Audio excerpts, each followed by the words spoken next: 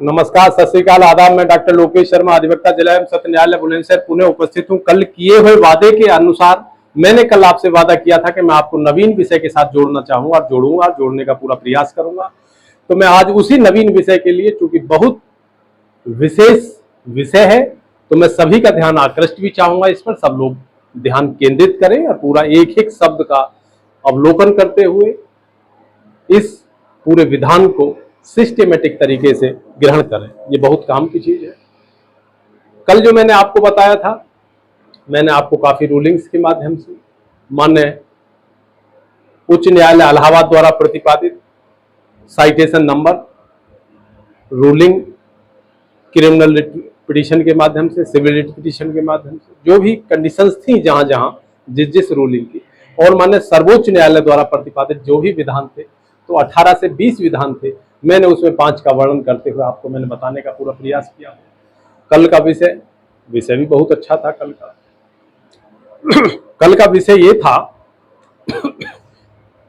कि यदि लड़की ग्रेजुएट है पत्नी के रूप में और उसने कोई प्रोफेशनल कोर्स किया हुआ है, तो लड़का यदि ये प्ले लेता है वर पक्ष के में केस आप 125 सीआरपीसी में भरण पोषण इसलिए इसको कम दिया जाए क्योंकि मेरी पत्नी ग्रेजुएट है और उसने प्रोफेशनल कोर्स किया हुआ है और वो अपना भरण पोषण स्वयं कर सकती है। तो माननीय उच्च न्यायालय इलाहाबाद ने ऐसी दर्जनों रूलिंग उल्लिखित करते हुए और उसमें आदेश पारित किया था कि इस नियम, इस 125 सीआरपीसी के तहत यदि लड़की ग्रेजुएट है या उसने कोई प्रोफेशनल कोर्स किया हुआ है, तो उसके भरण पोषण में कोताही नहीं बरती जाएगी और उसको इस बिना पर के छूट लड़के को नहीं दी जाएगी। आज का जो विषय है, आज का विषय है पुलिस अधिकारी नागरिक विवादों में हस्तक्षेप नहीं कर सकते। बहुत ध्यान देने की बात है। ना पुलिस अधिकारी नागरिक विवादों में हस्तक्षेप नहीं कर सकते, ये निर्देश नहीं है। ये honourable high court Himachal Pradesh जो शिमला में स्थापित है, उसका स्वयं द्वारा स्वयं संज्ञान लेते हुए, जिसका court on its own motion versus state of Himachal Pradesh और superintendent of police Himachal Pradesh Kangra, DGP एवं principal secretary and chief secretary, ये पार्टी बना करके इनको और स्वयं डिसाइड किया है। किसके सापेक्ष किया है? सुप्रीम कोर्ट द्वारा प्रतिपादित एसएलपी क्रिमिनल नंबर 129 सन 2024 इसमें प्रतिपादित किया है। ऑर्डर की डेट है 3/1/2024। किसके द्वारा प्रतिपादित था इसको मैं बताने का आपको पूरा प्रयास करूंगा, लेकिन उस बताने से पहले, पूरी घटना का आपको रूबरू कराने से पहले मेरा विनम्र अनुग्रह है कि जो लोग मुझे देख रहे हैं पहले मुझसे जुड़े, मेरे चैनल से जुड़े, मेरे चैनल को लाइक करें, सब्सक्राइब करें और शेयर करें।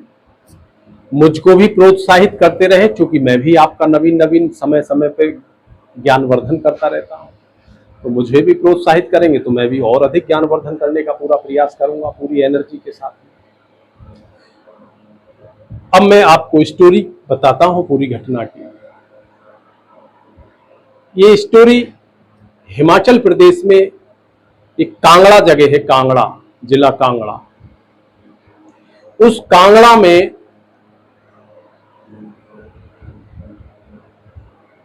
मैक्लो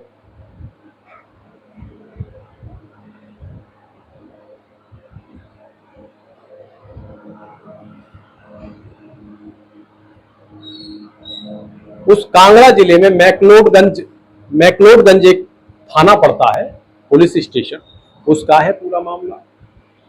उसमें एक एफआईआर दर्ज होती है। उस एफआईआर जो दर्ज कराने वाले होते हैं उनका नाम निशांत शर्मा होता है, जो एक बड़े व्यवसायी है हिमाचल प्रदेश के। उनका जो इंटरनल संबंध होता है, व्यवसायिक जो संबंध होता है, वो वाणिज्यिक संबंध, वो वहां के तत्कालीन एक सीनियर आईएएस ऑफिसर जो तत्कालीन चीफ सेक्रेटरी हिमाचल प्रदेश होते हैं, जिनका नाम संजय कुंडू होता है, संजय कुंडू के साथ होता है। आपस में व्यवसायिक संबंध बहुत मधुर चल रहे थे, लेकिन बीच में ही कोई परेशानी ऐसी आई, किसी मोड़ पे आया, आपस में एक दूसरे के विमुख हो जाते हैं।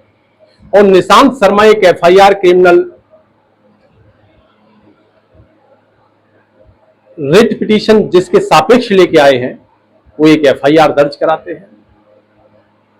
और उस एफआईआर दर्ज करा के वो संबंधित थाने में, उसका नंबर था 55/2023, धारा 341, 504, 506, 34 आईपीसी, और जो वर्तमान की धारा नंबर है उसका 341, जिसका अब नंबर 126(2) बीएनएस हो गया है। इसी प्रकार 504, जिसका वर्तमान का नंबर 352 हो गया है, 52 बीएनएस हो गया है। इसी प्रकार 506 आईपीसी, जिसका वर्तमान का नंबर 351 2 एंड 3 बीएनएस हो गया है। इसी प्रकार सेक्शन 34 आईपीसी, जिसका वर्तमान का नंबर 35 बीएनएस हो गया है। एफआईआर दर्ज हो जाती है। एफआईआर के सापेक्ष माननीय उच्च न्यायालय शिमला में अपोजिट पार्टी पहुंचती है। वो कहती है हमको बगैर सुने ही आर्डर पास कर दिया गया, हमको सुनना चाहिए था। उनका खारिज कर दिया जाता है उसको, जिस क्वेसिंग के लिए गए थे। उस क्वेसिंग की एप्लीकेशन को, आर्डर को लेकर के, खारिजा को लेकर के एसएलपी जो क्रिमिनल जिसका नंबर है 129 मीन्स 129 सन 2024, सीधे सुप्रीम कोर्ट जाते हैं। कौन जाते हैं?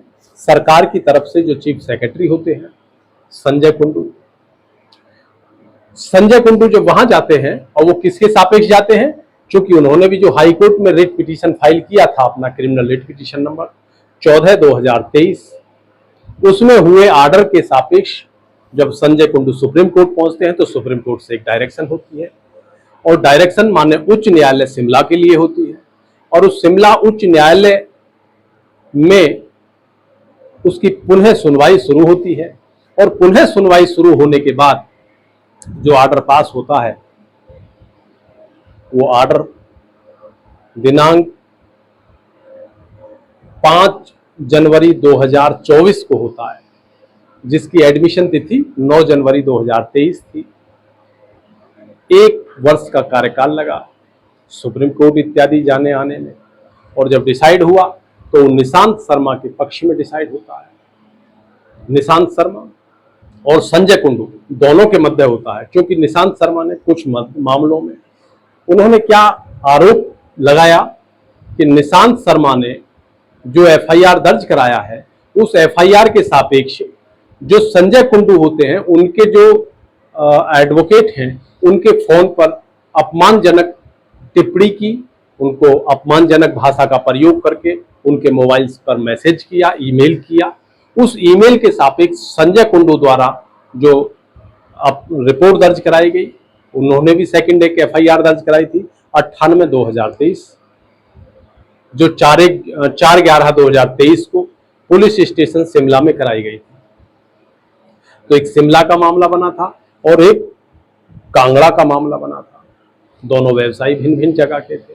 तो इसी में ऑर्डर करते हुए माननीय उच्च न्यायालय द्वारा मध्य प्रदेश हिमाचल प्रदेश द्वारा, उसमें उन्होंने स्पष्ट उल्लिखित किया कि पुलिस अधिकारी नागरिक विवादों में कोई हस्तक्षेप नहीं कर सकते।